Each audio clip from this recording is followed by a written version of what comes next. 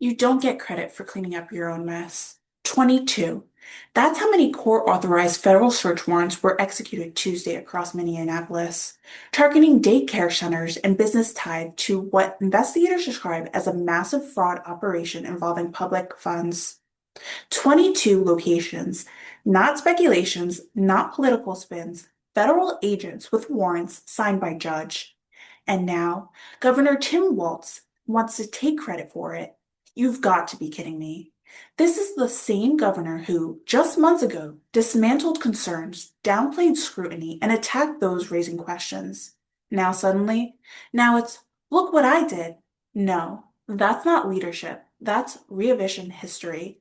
The operation was led by Federal Bureau Investigation and Homeland Security Investigation.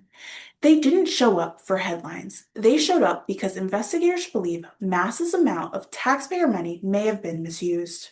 This is not small. This is not isolated, and it didn't happen overnight. So here's the question every taxpayer should be asking tonight. Where was the oversight? Where was the accountability when this was happening? Not for weeks, not for months, but potentially for years. Governor Walz now says state agents flagged concerns and worked with federal partners. Fine, then explain this. If the system was working, why did it take 22 federal raids to prove it? Because the public record tells a different story.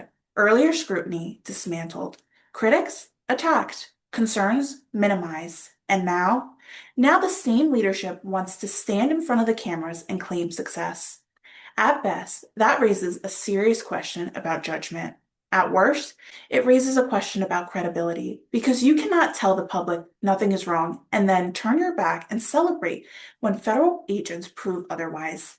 Investigators are looking into whether facilities billed for services that never existed or far exceeded what they were allowed to be provided. That's not clerical error. That's not misunderstanding. This is a direct hit on taxpayers, on families, on programs meant to serve children. And here's the bottom line. You don't get credit for reacting late to the problem that grew under your watch. Leadership is not showing up at the end of a crisis and claiming victory. Leadership is preventing the crisis from happening in the first place. Now, to be clear, Governor Walz has not been charged with a crime.